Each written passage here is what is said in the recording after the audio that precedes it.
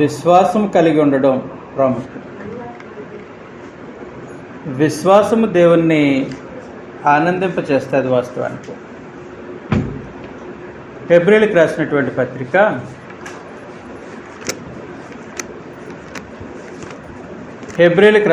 పత్రిక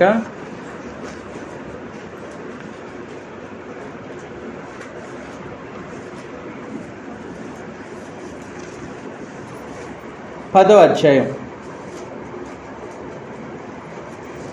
37-38 వచనాలు మనం చదివితే, కాలము బహు కొంచెముగా ఉన్నది, వచ్చుచున్నవాడు ఆలస్యము చేయక వచ్చును, నా ఎదుట నీతిమంతుడైన వాడు విశ్వాసమూలముగా జీవించును గాని అతడు వెనుక తీసిన ఎడల అతని యందు నా ఆత్మకు సంతోషము ఉండదు. విశ్వాసంతో యాత్రను కొనసాగిస్తే దేవుడు ఆనందిస్తారు, వెనుక తీస్తే అతని యందు దేవుని ఆత్మకు సంతోషం లేదు అని చెప్పేసి. అందువలన దేవుని ఆనందింప చేయటానికి మనము విశ్వాసులమై ఉండాలి. మనం ఆయన యందు విశ్వాసం ఉంచిన వారమని ప్రతి పరిస్థితుల్లో రుజువు చేయబడాలి. మనం ఆయన యందు విశ్వాసం ఉంచామా లేమా అనేది పరమదేవుడు పరీక్షించిన ప్రతిసారి మనం పాస్ అవ్వాలి. అప్పుడు ఆయన ఆనందిస్తారు.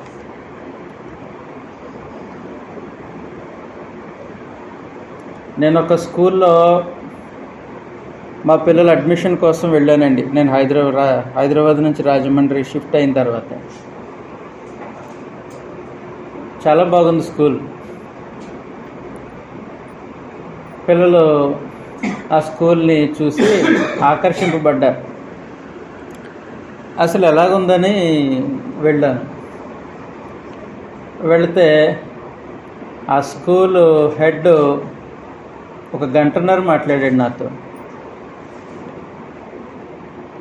అంతా మాట్లాడిన తర్వాత, ఇంత బాగుంది స్కూలు, ఆయన చెప్పిన సమాచారం కూడా బాగుంది, ఫీజు ఎంత ఉంటుందండి అని అడిగాను. ఎంతో కాదండి, సంవత్సరానికి 2 లక్షలు అన్నారు. ఒక పిల్లోడికి సంవత్సరానికి 2 లక్షలు. నా వల్ల కాదు అది అని బయటకు వచ్చేసాను. ఆ స్కూల్ బస్సులు మా ఇంటి దగ్గరలో నుండే కనీసం ఒక 20 బస్సులు వెళ్తాయి. అంటే ఎంతమంది అంత డబ్బు కట్టి జాయిన్ అయ్యి ఉంటారు. తల్లిదండ్రులు అంత ప్రేమగా, అంత ప్రయాసపడి, అంత డబ్బు కట్టి పిల్లలను చదివిస్తున్నారు. కరెక్టే. వాళ్ళు పాస్ అవ్వాలని చదివిస్తారు కదా, వాళ్ళని నేర్చుకోవాలని చదివిస్తారు కదా. వారి ప్రేమ వారి ఎదుగుదల కోసం, వారి ప్రయాస, వారి కష్టం వారి ఎదుగుదల కోసం. పరీక్ష రాశాడు అనుకుందాం వరకునే. ఇంటికి మార్క్ లిస్ట్ తీసుకొచ్చాడు. 100కి 22 వచ్చాయి. ఏ తండ్రి ఆనందిస్తాడు? వారి ప్రయాస అప్పుడు జ్ఞాపకం వస్తుంది. నేనెంత కష్టపడ్డాను, ఎంత ప్రయాసపడ్డాను, ఎంత నీ కోసం చేస్తే నా ప్రయాస నేను మర్చిపోకుండా మళ్ళీ జ్ఞాపకం చేసావు నీ మార్కుల్లో అంటే అప్పుడు జ్ఞాపకం వస్తుంది తన కష్టం. అదే మంచి మార్కులు తెచ్చుకున్నాడు అనుకోండి, పాస్ అయిపోయాడు అనుకోండి, కష్టం జ్ఞాపకం వస్తుందా? రాదు. సాధారణంగా మన జీవితాల్లో జరిగే సంఘటనలు ఇవి. పరలోకపు దేవుడు మనం ఆయన యందు విశ్వాసంతో బ్రతకటానికి ఆయన పడ్డ ప్రయాసంత అంత కాదు. ఆయన ప్రయాస, ఆయన శ్రమ, ఆయన తన హృదయానికి కలిగిన శ్రమ. ప్రభువైన యేసును కల్వరి యాగంగా సమర్పిస్తూ ఉన్నప్పుడు ప్రభువైన యేసుకు కలిగిన వేదన, ఆయన ప్రయాస. గొల్గొతా కొండపైన, ఒలీవల కొండపైన ప్రభువైన యేసు ప్రార్థన చేసినప్పుడు చెమట గొప్ప రక్తపు బిందువులాగా పడినది దేవుని ప్రయాస, మామూలు ప్రయాస. తనను ఆనందింపచేసి తనను ప్రేమించిన తన ప్రియకుమారుణ్ణి కల్వరి శిలువలో చెయ్యి విడిచిపెట్టడం దేవుని ప్రయాస. ఎంత ప్రయాసపడింది దేనికోసం? దేవుడు మన కోసం ప్రయాసపడింది దేనికోసం? ఆయన కోసమా? కాదు. ఆయనకి ఏదో కలిసి వస్తుందనా? కాదు. ఆయనకు కొదువు లేదు వాస్తవానికి. అపోస్తల కార్యగ్రంథం 17వ అధ్యాయం 23వ వచనంలో మనం చదివితే, జగత్తును అందరి సమస్తమును సృష్టించిన దేవుడే తానే ఆకాశములకును భూమికిని ప్రభువై ఉన్నందున హస్తకృతములైన ఆలయములైన నివసింపడు. ఆయన మనుషులు చేతులతో సేవింపబడేవాడు కాడు. ఆయనకేదో కొదువై ఉన్నట్టు ఆయన మనుషుల చేతులతో సేవింపబడేవాడు కాడు అన్నాడు. కాబట్టి ఆయనకు కొదువు లేదు, ఆయనకు కొదువు లేదు. అలాంటి పరిస్థితుల్లో ప్రభువైన యేసును కల్వరి యాగంగా సమర్పించడం వల్ల మేలు మనుషులకే, మనకే. ప్రభువైన యేసును కల్వరి యాగంగా సమర్పించడం అనేది ప్రయాస,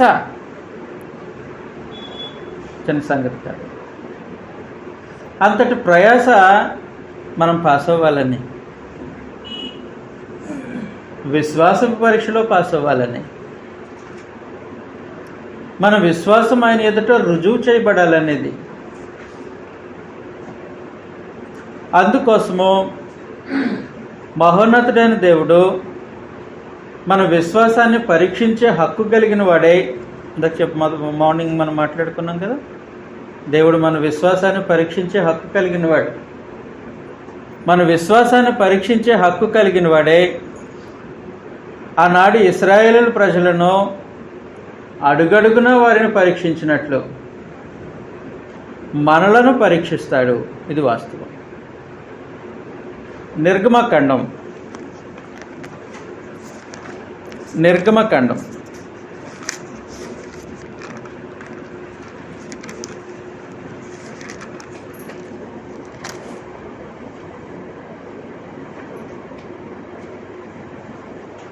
15వ అధ్యాయం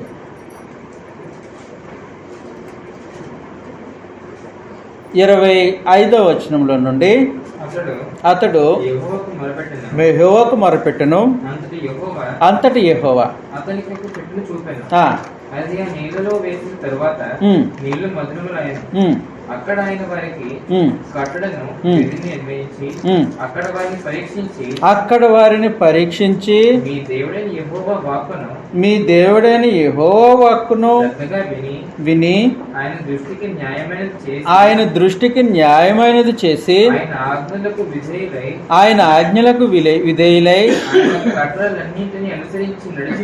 ఆయన కట్టడలను అనుసరించి అన్నిటిని అనుసరించి నడిచిన ఎడల అదే చాలండి మాట్లాడుతుంది. అక్కడ ఏం చేశారనంటే పరమదేవుడు వారిని పరీక్షించారంట. వారి విశ్వాసాన్ని పరీక్షించారు, వారి నాణ్యతను పరీక్షించారు, వారి హృదయ స్థితిని పరీక్షించారు. పరీక్షించే హక్కు దేవునికి ఉందన్నమాట. ఆ ప్రాంతానికి వచ్చారు, మోరీబన ప్రాంతానికి. నీళ్లు చేదుగా ఉన్నాయి. దేవుని మీద సనగడం ప్రారంభించారు. చేదు నీళ్ళు తాగిపించడం అనేది నా ఉద్దేశం కాదు. అసలు మీరు విశ్వాసం కలిగి ఉన్నారు లేదా అనేది పరీక్షించడానికి ఇక్కడ తీసుకొచ్చాను. కాబట్టి పరీక్షించడం అనేది దేవుని హక్కు. మన యొక్క విశ్వాసాన్ని పరీక్షించడం అనేది దేవుని యొక్క హక్కు. ఎందుకు పరీక్షిస్తారనంటే ఆయన మన కొరకు ప్రయాసపడ్డారు కాబట్టి పరీక్షిస్తారు. ఆయన మనల్ని ప్రేమించారు కాబట్టి పరీక్షిస్తారు. ఆయన మన కొరకు చింతించారు కాబట్టి పరీక్షిస్తారు. పరీక్షించినప్పుడు పరీక్ష పాస్ అవ్వడం ప్రాముఖ్యం. పరీక్ష పాస్ అవ్వడం ప్రాముఖ్యం. ఇశ్రాయేలీలకి పరమదేవుడు అనేక పరీక్షలు పెట్టారు. వారికి సంగతులను నేర్పించి బోధించి తర్వాత పరీక్ష పెట్టారు. పరీక్ష పెట్టిన ప్రతిసారి చాలామంది ఫెయిల్ అయ్యారు కదా. కాబట్టి మీరు అన్నిసార్లు ఫెయిల్ అవుతున్నారు కాబట్టి నేను మీ యందు ఆనందించను అన్నాడు. ఏ విషయంలో? భౌతికమైన పరీక్షలు కాదు అవి, విశ్వాసానికి పరీక్ష. విశ్వాసానికి పరీక్ష. మొదటి పరీక్ష పెట్టారు, పాస్ అవ్వలేదు. మరలా కొద్ది దూరం అరణ్యంలో నడిపించి మరలా అక్కడ పరీక్ష పెట్టారు, పాస్ అవ్వలేదు. అలాగే అడుగడుగున పరీక్షలు రాస్తూనే ఉన్నారు. ఉదాహరణకు మనం ఉదయం సంభాషించాం కదా, గ్రంథంలో పరిశీలించాం కదా చరిత్రను. 12 మందిని వేగు చూడటానికి పంపించిన తర్వాత ఎందుకు పంపించారనంటే వారిని పరీక్షించడానికి పంపించారు. వారు పరీక్షించడానికి పంపిస్తే ఆ పరీక్షలో వాళ్ళు రాసిన సమాధానం ఏంటి? అసలు పరీక్షలో ప్రశ్న ఏంటంటే నీ దేవుడు ఎటువారు అనేదో పరీక్ష పేపర్లో ఉన్న ప్రశ్న. నీ దేవుడు ఎలాంటి వారు? ఇప్పటి వరకు మీరు చూశారు కదా చరిత్ర అంతా. ఇన్ని సంవత్సరాలు ఐగుప్తు దేశంలో నుండి బయలుదేరిన దగ్గర నుంచి ఎక్కడి వరకు ఆయన జరిగించిన కార్యక్రమాలు చూశారు కదా. ఐగుప్తు దేశంలో కూడా ఆయన చేసిన కార్యక్రమాలు చూశారు కదా.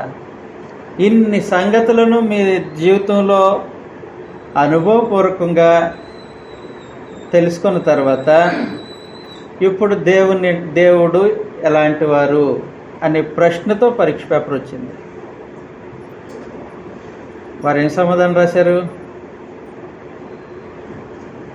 అందరూ కాపీ కొట్టినట్టు ఒకటే సమాధానం. 6,03,048 మంది ఒకటే ఆన్సర్ రాశారు. చెప్పండి ఏం ఆన్సరు? దేవుడు నిలవలేమో. సరే, మీరు నిలవలేరు, మిమ్మల్ని నడిపించిన దేవుడు ఎలాంటి వారు? నడిపించిన వారు అంటే వాళ్ళని ఎదిరించే శక్తిమంతుడు కాదు, ఆయన నమ్మదగిన దేవుడే కాదు అన్నట్టు మాట్లాడాడు. అందరిది అదే సమాధానం. పరమదేవుడు పేపర్లు చేసాడు, అందరికీ 0,0,0 వేసేసి ఫెయిల్ అనేసి. ఎందుకు ఫెయిల్? కనాను వెళ్ళటానికి ఫెయిల్. వారు కానాను వెళ్ళకపోవటానికి దేవుడు ఫెయిల్ చేసింది సహోదరు అన్నట్టు. వారి విశ్వాసంతో లేదు. వారి విశ్వాసము దేవుణ్ణి ఆనందింప చేయలేదు. హెబ్రీయులకు రాసినటువంటి పత్రిక, దేవుని యందు ఉంచవలసిన విశ్వాసం ఉంచలేదు వాళ్ళు. హెబ్రీయులకు రాసినటువంటి పత్రిక, వారు విశ్వాసం ఉంచలేదు, విశ్వాసం ఉంచిన వారితో కూడా కలిసి ఉండలేదు. హెబ్రీయులకు రాసినటువంటి పత్రిక 4వ అధ్యాయం 3వ అధ్యాయం 12వ వచనంలో. హెబ్రీయులకు రాసిన పత్రిక 3వ అధ్యాయం 12వ. సహోదరులారా, జీవము గల దేవుని విడిచిపోవునట్టి ఏమి లేని విశ్వాసము లేని దుష్ట హృదయము మీలో ఎవని ఏందైనా ఉండునేమో అని జాగ్రత్తగా చూచుకొనిడి. 19వ వచనం చదివితే 18 నుంచి, తన విశ్రాంతిలో ప్రవేశింపురని ఎవరిని గూర్చి ప్రమాణం చేసనో అవిధేయులైన వారిని గూర్చే కదా. కాగా అవిశ్వాసము చేతనే వారు ప్రవేశింపలేకపోతురని గ్రహించుచున్నాము. కాబట్టి విశ్వాసం లేదు వాళ్ళకి, అందువలన దేవుడు ప్రవేశించడానికి అనుమతించలేదు. వాస్తవమైన సంగతి ఏంటంటే దేవుడు విశ్వాసమును బట్టి ఆనందిస్తారు. ఆయన యందు మనం ఉంచినటువంటి విశ్వాసమును బట్టి ఆనందిస్తారు. ప్రతి పరిస్థితిలో, ప్రతి సమయంలో మనము ఆయన పైన ఉంచినటువంటి విశ్వాసమును బట్టి ఆనందిస్తారు. ఇది చాలా ప్రాముఖ్యమైనటువంటి సంగతి. విశ్వాసమును బట్టి ఆనందిస్తారు. హెబ్రీయులకు రాసినటువంటి పత్రిక 11వ అధ్యాయం 6వ వచనంలో, హెబ్రీయులకు రాసినటువంటి పత్రిక 11వ అధ్యాయం 6వ వచనం చదువునాను. విశ్వాసము లేకుండా దేవునికి ఇష్టుడై ఉండుట అసాధ్యము. విశ్వాసం లేకుండా దేవునికి ఇష్టుడై ఉండడం సాధ్యమవుతుందా? అసాధ్యం. దేవునికి ఇష్టుడై లేడు అంటే అర్థం ఏంటి? దేవుడు ఆయన యందు సంతోషించలేదు. దేవుడు అలాంటి వ్యక్తిని బట్టి ఆనందించట్లేదు. అది అర్థం. వాస్తవమైన సమాచారం ఏంటంటే తర్వాత మాట తెలియజేస్తున్నారు. విశ్వాసం లేకుండా దేవునికి ఇష్టడేట అసాధ్యము అన్న తర్వాత దేవుని యొద్దకు వచ్చేవారు. మనం ఎక్కడికి వచ్చాం? దేవుని యొద్దకు వచ్చేవారు. విగ్రహాలను విడిచిపెట్టి దేవుని దగ్గరికి వచ్చిన వాళ్ళు ఉన్నారు. లోకాన్ని విడిచిపెట్టి దేవుని దగ్గరికి వచ్చిన వాళ్ళు ఉన్నారు. దేవుని యొద్దకు వచ్చేవారు. ఆయన ఉన్నాడనియో తను వెతుకు వారికి ఫలము దయచేయవాడనియో నమ్మాలి కదా. ఆయన ఉన్నాడని నమ్మాలి కదా. ఉన్న దేవుడు ఎలాంటి వారో నమ్మాలి కదా. మోషేతో తను పరిచయం చేసుకుంటున్నారు పరమదేవుడు. మోషేతో అంటున్నారు ఆయన, నేను ఉన్నవాడును అనివాడు. నేను ఉన్నవాడును అన్నా. ఉన్నవాడైనా ఆయన ఉన్నాడని నమ్ముతున్నామా? నమ్ముతున్నాం. దేవుని యొద్దకు వచ్చేవారు ఆయన ఉన్నాడనియో తను వెతుకువారికి ఆయన ఫలము దయచేవాడనియో నమ్మవలను కదా అని. అప్పుడు దేవుడు ఆనందిస్తాడు. ఆయన యందు విశ్వాసమును బట్టి ఆయన ఆనందించేవాడే ఉన్నాడు. విశ్వాసం ఏం చేస్తుందనంటే మన జీవితంలో దేవునిని నిర్వచిస్తుంది.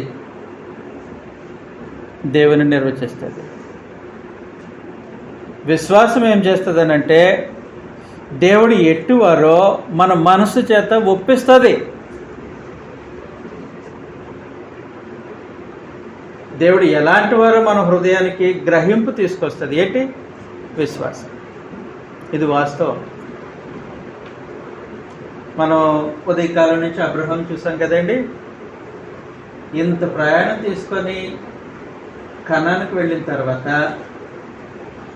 కనానుకు దక్షిణ భాగంలో ఉన్నప్పుడు పరమదేవుడు అబ్రహాంను దర్శించి నీకు కుమారుని ఇస్తాను అన్నాడు. కుమారుని ఇస్తాను అని చెప్పాడు. తర్వాత పరమదేవుడు వాగ్దానం చేసినట్లుగానే కుమారుని అనుగ్రహించారు. ఆయన ఇస్సాకు పెరిగి పెద్దవాడు అవుతున్నాడు. ఒక 13 సంవత్సరాల వయసు వచ్చింది. అప్పటికే చాలా పరీక్షలు రాసేసాడు అబ్రహాం. దేవుని దగ్గర ఆయన డస్క్ మీద అబ్రహాం రాసిన పరీక్ష పేపర్లు బోల్డ్ ఉంటాయి. ప్రతి పరీక్ష పేపర్లో ఆయన పాసే. ఇప్పుడు ఇంకొక పరీక్ష పెట్టబోతున్నాడు ఆయన. పరీక్ష ఏంటంటే ఒక్కగానో ఒక కుమారుణ్ణి నాకు ఇచ్చి బలిగా నాకు అర్పించే అనేది పరీక్ష. ఈ పరీక్ష అబ్రహాము విశ్వాసానికి పరీక్ష, కానీ అది దేవుని కోరిక కాదు. దేవుడు బలిని కోరలేదు, అర్పణ కోరలేదు ఎప్పుడు కూడా. అలాంటిది తన స్వరూపంలో తన పోలికలో పుట్టినటువంటి నరబలి అసలు ఆయన ఎప్పుడూ అంగీకరించలేదు. ఆయన పరీక్ష పెట్టాడు, పెద్ద పరీక్ష, ఫైనల్ ఎగ్జామ్. పరీక్ష పెడితే ఆ పరీక్ష పేపర్ మీద అబ్రహాం ఆన్సర్ రాశాడు. ఆయనకిచ్చిన పరీక్ష పేపర్ ఏంటంటే, నేను ఎటువాడను నువ్వు అనుకుంటున్నావు అనేది పరీక్ష క్వశ్చన్. నీ ఒక్కగానొక్క కుమారుడిని బలిగా ఇమ్మని అడిగాను కదా, ఈ పరీక్ష నీకు పెడుతున్నాను, నేను ఎలాంటి వాడిని నువ్వు అనుకుంటున్నావు, నాకు ఆన్సర్ రాసి చూపించు. ఆన్సర్ రాయడం కాదు, అది నీ జీవితంలో నిర్వచించు.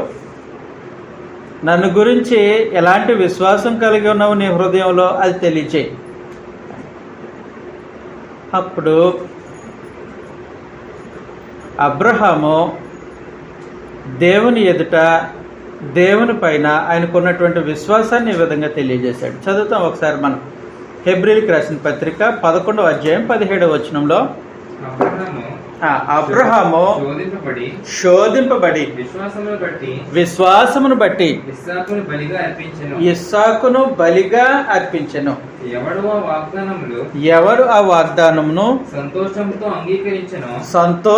అంగీకరించెను ఇస్సాకు వలనైనది నీ సంతానమనబడును అని ఎవరితో చెప్పబడినో ఆ అబ్రహాము మృతులను సహితము లేపుటకు ఏంటండి, మృతులను సహితము లేపుటకు దేవుడు శక్తిమంతుడని ఎంచిన వాడై తన ఏక కుమారుని అర్పించి ఉపమాన రూపముగా అతనిని మృతులలో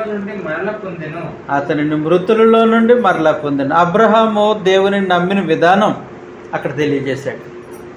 ఏమని నమ్మాడంట ఆయన మృతుల నుండి సజీవులుగా చేస్తాడు. మృతులను సజీవులుగా చేస్తాడు దేవుడు. అక్కడ ఎవరు మృతులు? అబ్రహాము తన కత్తి చేత నరికేస్తే ఇస్సాకు మృతుడిగా మిగిలిపోతాడా? దేవుడు ఆయనను సజీవుడిగా చేస్తాడు. దేవుడు నాకు పరీక్ష పెట్టాడు. ఆయన ఎలా నమ్మానో, ఆయన యందు ఎలాంటి విశ్వాసం ఉంచానో, నేను పెదాలకు మాత్రమే దేవుడు దేవుడు అంటున్నానా, అసలు దేవుని గురించి ఆయన యందు విశ్వాసాన్ని నా హృదయంలో ముద్రించుకున్నానా అనేది దేవుడు పరీక్షిస్తున్నాడు. దేవుడు దేవుడు దేవుడు అని పెదాలతో అంటే కుమారుని బలిగా అర్పించడానికి తీస్తాడండి, అర్పించగలుగుతాడా? నేను బలి అర్పించడానికి తీసుకెళ్తానంటే సారం ఊరుకుంటుందా? అంతే ఏం మాట్లాడలేదు. పైగా అక్కడ ఏమి అంటున్నాడు అంటే, మేము వెళ్ళి బలి అర్పించి వస్తాం, ఈయన కూడా తీసుకొస్తాం వచ్చేటప్పుడు. ఎవరిని? ఇస్సాకు. పైగా ముగ్గురు పనివాళ్ళని తీసుకొని మొత్తం 5 బయలుదేరారు. ఆ పనివాళ్ళని అక్కడ ఆపేసి కొండ పరిసర ప్రాంతంలో వీళ్ళు ముందుకెళ్తున్నారు. తన కొడుకుని తీసుకొని ముందుకెళ్తున్నాడు. వెళ్ళేటప్పుడు వీళ్ళకి కూడా అదే చెప్తున్నాడు. ఏమంటున్నాడు? మేము మరలా వస్తాం అంటున్నాడు. ఏం విశ్వాసం అయ్యా? విశ్వాసం దేవుని ఎలా నమ్మావు నువ్వు? ఆయన యొద్దకు వచ్చావు, ఆయన ఉన్నాడని నమ్మావు, తను వెతుకు వారికి ఫలం దయచేవాడని కూడా నమ్మావు. ఇప్పుడు దేవుడు చెప్పారు కాబట్టి నేను అర్పించేస్తాను. నా కళ్ళ ముందే దేవుడు ఆయనని ఏం చేస్తారని అంటే, చనిపోయిన ఆయనను మళ్ళీ సజీవుడిగా చేస్తాడు. అర్పించమన్నది దహన బలి. దహన బలి అర్పణ అంటే జంతువుని దహన బలి అర్పించినప్పుడు వధించి రక్తమంతా కార్చి, అంటే దేహం నుండి ప్రాణాన్ని పూర్తిగా వేరు చేసేస్తారు. రక్తంలో ప్రాణం ఉంటుంది కదా, ప్రాణము దేహంలో నుంచి పూర్తిగా వేరైపోతుంది. ఒకసారి ప్రాణం దేహం నుంచి పూర్తిగా వేరైపోతే కలిసే అవకాశం ఉండదు వాస్తవానికి. ఇప్పుడు ఏం చేస్తారు? ఆ దేహాన్ని, అంటే పశువు యొక్క శరీరాన్ని అగ్నిలో కాల్చేస్తారు. కాలిస్తే బూడిదైపోతుంది, శరీరం లేదు, ప్రాణమైన రక్తము మట్టిలో కలిసిపోయింది. అలాంటి పరిస్థితులు ఇప్పుడు అబ్రహాము అలా చూస్తూ ఉంటాడంట. దేవుడు బూడిదైపోయిన ప్రాణము రక్తం ప్రాణము శరీరం వేరైపోయినటువంటి తన కుమారుని సజీవుడిగా చేశాడండి. ఎలా నమ్ముతారు దేవుణ్ణి ఎవరైనా? అబ్రహాము అలాంటి పరీక్షను ఎదుర్కొన్నాడు. ఎదుర్కొన్నప్పుడు ఆయన దేవుణ్ణి తన మనసులో నిర్వచించింది ఏంటంటే మృతులను సజీవులుగా చేసేవాడిని. ఉపమాన రూపముగా బలి అర్పించేసాడు. తన మనసులో అర్పించేసినట్టే అర్పించేసి మళ్ళీ పొందుకుంటాను అని చెప్పేసి పరమదేవుడు సంతోషించారు. మనం ఉదయకాలం మాట్లాడుకున్నాం కదా, ద్వితీయోపదేశకాండం 10వ అధ్యాయం 15వ వచనంలో మీ పితరుల యందు నేను ఆనందించి అన్నాడు. దేవుణ్ణి ఆనందింప చేసిన అబ్రహాం ఇస్సాకు. కాబట్టి విశ్వాసం చేత మనుషులు దేవుణ్ణి ఆనందింప చేయగలుగుతారు. ఒక సంగతి ఏంటంటే మనం ఆయా పరిస్థితుల్లో ఆయా సందర్భాల్లో కొన్ని సంగతులు మనకి ఇబ్బంది కలిగినట్టు అనిపిస్తాయి. ఇబ్బంది కాదు, అది పరీక్ష. మన విశ్వాసానికి పరీక్ష, మన స్వభావానికి పరీక్ష, మన హృదయంలో దేవునికి ఇచ్చిన స్థానానికి పరీక్షింపబడుతూ ఉంటాయి. చాలా ప్రాముఖ్యంగా మనం గ్రహించాల్సిన సంగతి. అలాంటి పరీక్ష పరమదేవుడు మనకు పెట్టినప్పుడు దేవా నీ ఎదుట నా విశ్వాసం ఎలాంటిది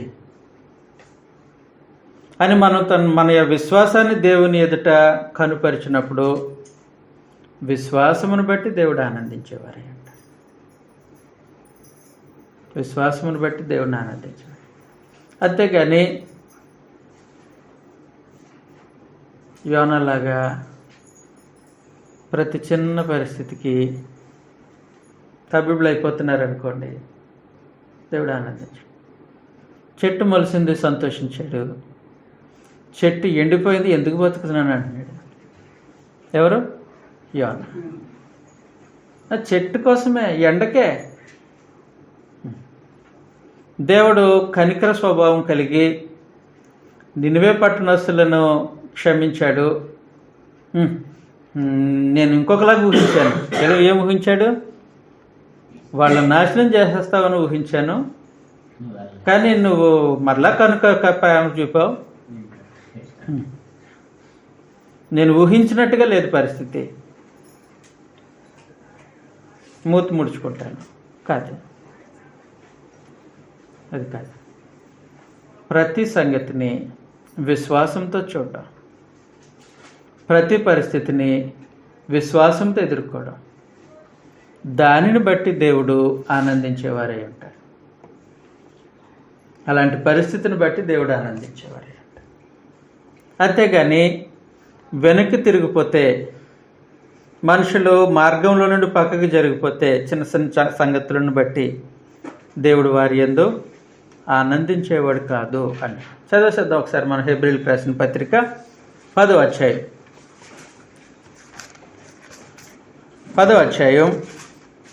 38వ వచనంలో నుండి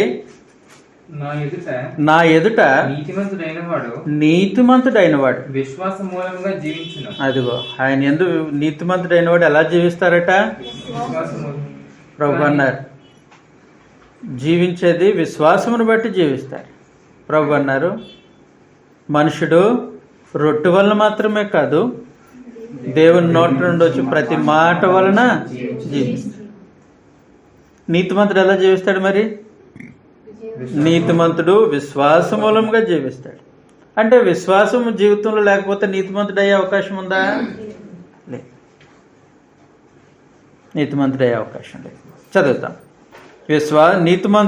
నీతిమంతుడైన వాడు విశ్వాస మూలంగా జీవించడు, కానీ అతడు వెనక్కి తీసిన ఎడల అతని యందు నా ఆత్మకు సంతోషమే లేదు. దేవుడు సంతోషపడకపోతే ఏమన్నా ఉంటుందా? ఇంకే సంగతి ఏముండదు. దేవుని సంతోషపెట్టలేదు సౌలు, అంతే ముగిసిపోయింది అతని యాత్ర. దేవుని సంతోషపెట్టలేదు ఇశ్రాయేలీలు, అక్కడితో అయిపోయింది. అందువలన ప్రయాణం చేసేటువంటి వారు, యాత్ర చేసేటువంటి వారు, ఎక్కడికి మన యాత్ర? పరలోకానికి, తండ్రిని చేరుకోవటానికి. క్రీస్తునందు ప్రయాణం చేసేటువంటి వారు విశ్వాసము ద్వారా దేవుణ్ణి సంతోషపెట్టే కార్యక్రమం ఒకటి ఉంది, మర్చిపోవద్దు. ప్రతి పరిస్థితిలో విశ్వాసం, దేవుని యందు నమ్మిక, ఆయనపై ఆధారపడడం, ఆయన బలాన్ని, ఆయన శక్తిని శంకించకుండా ఆయనను వేడుకోవడం, దీనిని బట్టి పరమదేవుడు ఆనందించేవారై ఉంటారు. దీనిని బట్టి పరమదేవుడు ఆనందించేవారై ఉంటారు. అర్థమవుతుంది కదా? కాబట్టి విశ్వాసము చేత దేవుణ్ణి ఆనందింపచేసే కార్యక్రమం ఒకటి ఉంది. ఎన్ని మాట్లాడుకున్నాం ఉదయకాలం నుంచి దేవుణ్ణి ఆనందింప చేయటానికి?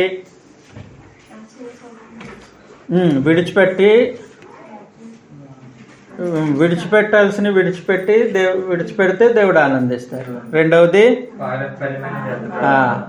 ఆయన ఆజ్ఞలు గైకొనడాన్ని బట్టి దేవుడు ఆనందిస్తారు. మూడవది, విశ్వాసమును బట్టి దేవుడు ఆనందిస్తాడు. విడిచిపెట్టవలసిన సంగతుల్లో కొన్ని మాట్లాడుకున్నాం. ఏంటవి? బాబు చెప్పాడు, సోదరు కూడా చెప్పారు. పారంపర్యాచారాలు, విగ్రహారాధన, ప్రాచీన స్వభావం, ఇవి విడిచిపెట్టాలి. కాబట్టి మన దినచర్యలో దేవుణ్ణి ఆనందింప చేసే వారంగా ఉండాలి. ప్రతిరోజు దేవుణ్ణి ఆనందింప చేయాలి. ఏ రోజు మనం దేవుణ్ణి ఆనందింప చేయడము ఆపామో అక్కడ మన జీవితంలో రెడ్ మార్క్ వచ్చేస్తుంది అనమాట. చుట్టేస్తాడు అక్కడ రెడ్గా, ఎక్కడ లోపం ఉందన్నట్టు. కాబట్టి పరీక్ష